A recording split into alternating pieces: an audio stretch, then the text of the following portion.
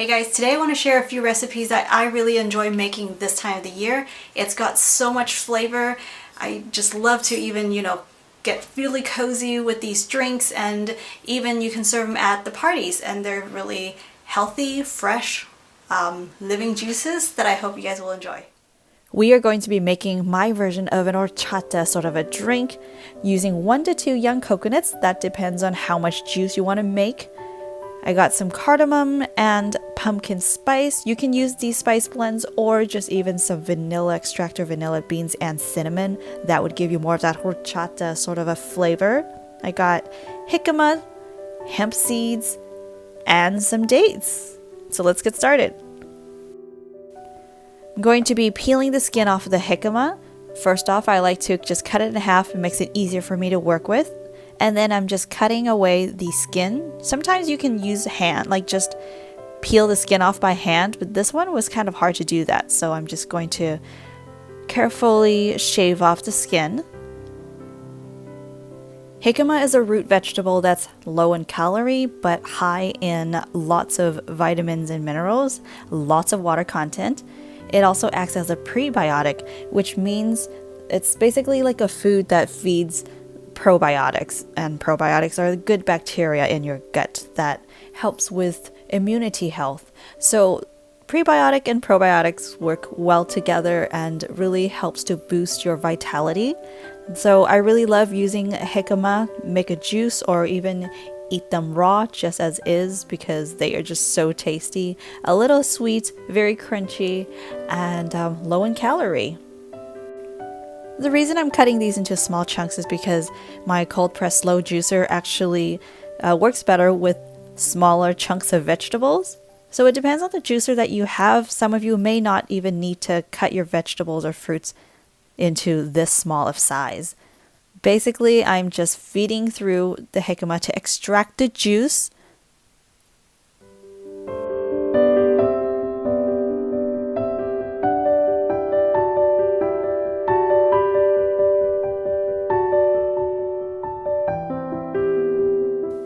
Next, I'm going to be pouring this jicama juice into the blender. We're going to be mixing or blending the rest of the ingredients. To open the young coconut, there's a few ways to do it, but this is how I like to do it mostly because it is easier for me. I'm using the coconut jack, just hammering it in.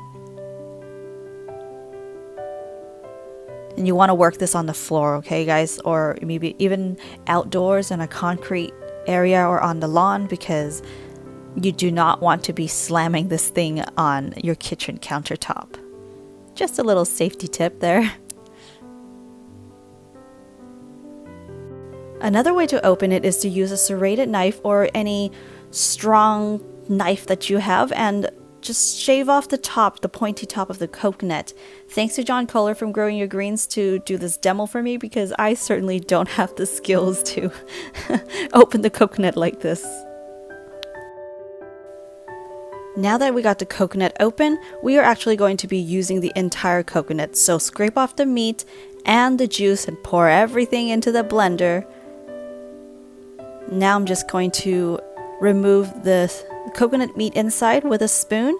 You can use a spoon, or they actually have a tool made to do this, so you can scrape off or remove the meat quite easily that way. This is the tool that you would use to scrape off that coconut meat.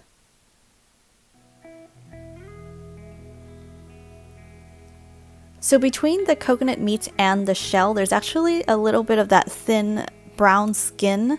So it's more likely that you would actually scrape off some of that skin attached to the coconut meat. And if you don't want to discolor your juice, you'd want to carefully just remove the skin out. Otherwise, you can just throw it as is into the blender. Next, I'm adding some spices in there. Got a 1/4 teaspoon of cardamom and a teaspoon of pumpkin spice. You can use these spices or just some cinnamon spices and a vanilla extract or vanilla beans will do.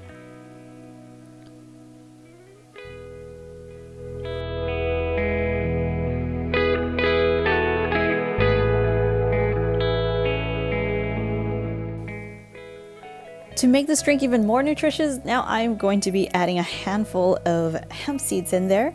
Hemp seeds are not only nutritious, because it contains all those amino acids in there, but also it adds more body to just the texture of the drink. I'm also throwing in more coconut meat. I have about 2 young coconuts in this recipe. And don't forget there is some meat on that cap, that top part where we remove to open the coconut. And I'm also saving some coconut meat, setting aside to just kind of dice it up and maybe put in the fridge. Now this part is completely optional. I just think it's kind of fun to add these little chunks of meat back into the drink before we serve. Now I got some dates. You only need a few dates. The dates would kind of add a little more sweetness to the drink. Also a little of that caramel, sort of a taste that I'm looking for.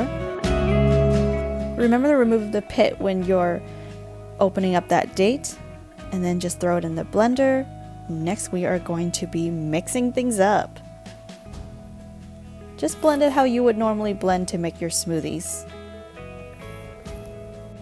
After you blend this, make sure you give it a taste to see if it's, if it needs a little more dates to sweeten up or if it needs a little more spices. But it's definitely better to go a little lighter on the spices, because you can always add more if you need to, but it's going to be hard for you to take away if it's too strong. And usually after I blend it, I like to pour it in a container, set it in the fridge to chill, and also this would allow some time for the aroma of the spices to release. So the drink might taste a little stronger after you let it sit for a couple hours. So just go light on the spices that you use.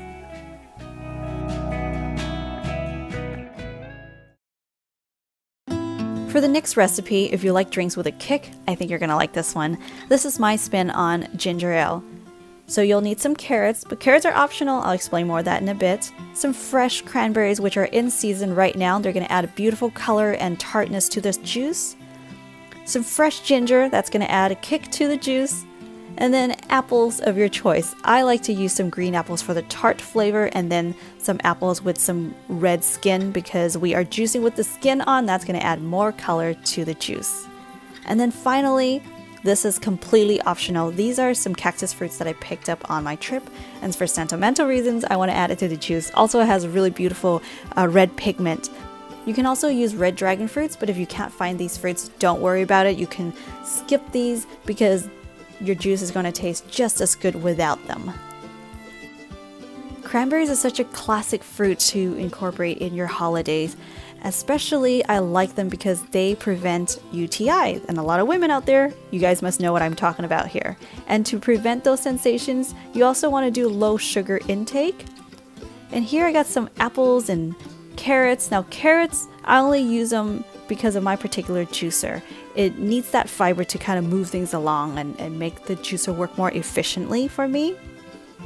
And then ginger, if you're not used to having ginger, be careful with it. It is quite strong in that spicy flavor, so just go according to your taste. When your juice is done, you just need to refrigerate and serve them. They're good for the next 2 to 3 days in your refrigerator, but it's always best to have the maximum nutrition when you make it and drink it up on the same day.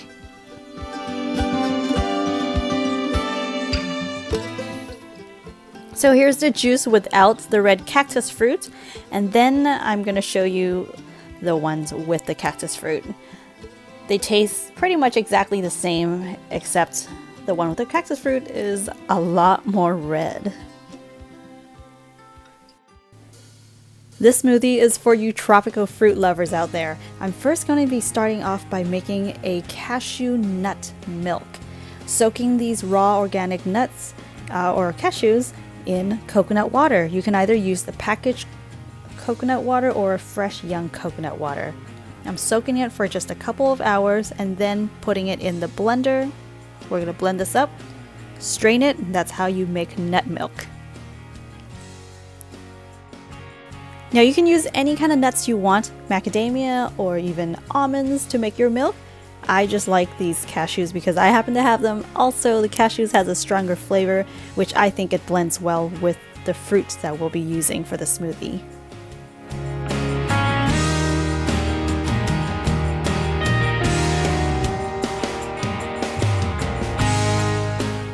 for the tropical fruits, I'm going to be adding 2 types of fruits in there. The first one is the Chico Sapote. Now, I've done a previous episode reviewing and tasting this fruit, so I'll link it down below if you guys are interested to find out more about this fruit. Go check it out from there. So basically, I'm cutting this fruit open, remove the seeds, and then scrape off the inside to add to the blender. This fruit has a distinctive flavor, like the aroma is kind of warm and almost like a nutmeg sort of a tone to it, so I think it works really well for autumn and for the cold season. I picked up this fruit at a local fruit market, and the grower seems to have picked this fruit a little bit earlier than how I like it. Usually this fruit is very sweet, almost like a caramel brown sugar kind of taste, and it's supposed to be eaten quite soft and more like a brown color on the inside. So you can find this sometimes maybe at your local farmers market or small growers or even local fruit markets if you live somewhere in the tropics or subtropics, especially in Hawaii or Southern California, even in Florida. You should be able to find this fruit. But if you don't worry, because there is a second tropical fruit that I'm about to share with you guys. That is the papaya. It has a sweet, creamy texture. It also adds more thickness to your smoothie, so it makes it taste more like milkshake to me. So papayas can be easily found now in a lot of local Asian or even Mexican markets. A lot of the regular grocery stores carry them now also. So you can totally make this smoothie without the Chico Sapote. You would just have to add a little bit of cinnamon and nutmeg back into this smoothie, and it's going to taste just as good. And if you guys are interested, I do have a few episodes about papaya that I'll link you guys down below this video to go check out.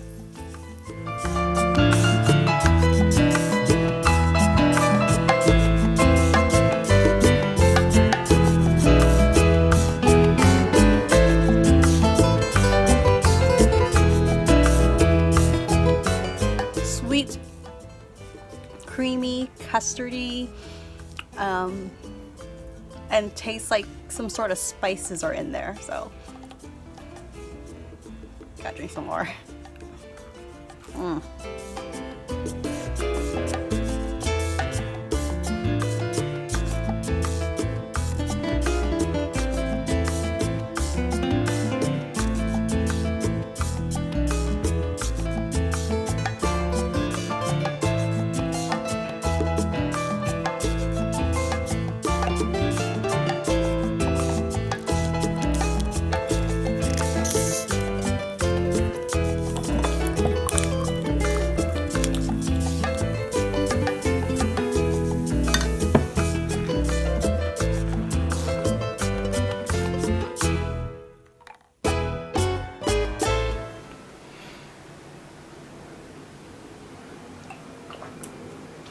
So good.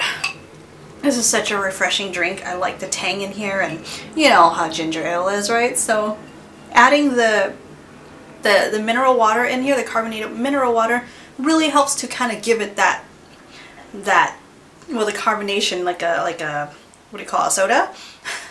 And the ginger just helps with digestion, which is perfect for those heavy meals, and it's just also warms you up really well during this cold season. So yeah, I hope you guys would give any of these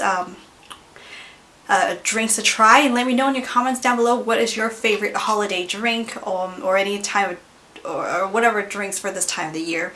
And yeah, like, share, subscribe to this channel if you have not, and you can follow me on Facebook and Instagram, where I do instant updates of my life that you don't get to see on this channel. If you'd like to support me and my work, I really would appreciate it. And just go check out my website. I do have some plants and seeds, you know, of my collection available for you guys. So I'll leave the links of all the things I just mentioned below this video. I'll also list the ingredients or the recipes that I've shared with you guys in this video. I'll leave all those details just below this video. Thank you so much. Hope you guys have a safe holiday season, and just stay warm, be safe, whatever you're doing. Bye guys.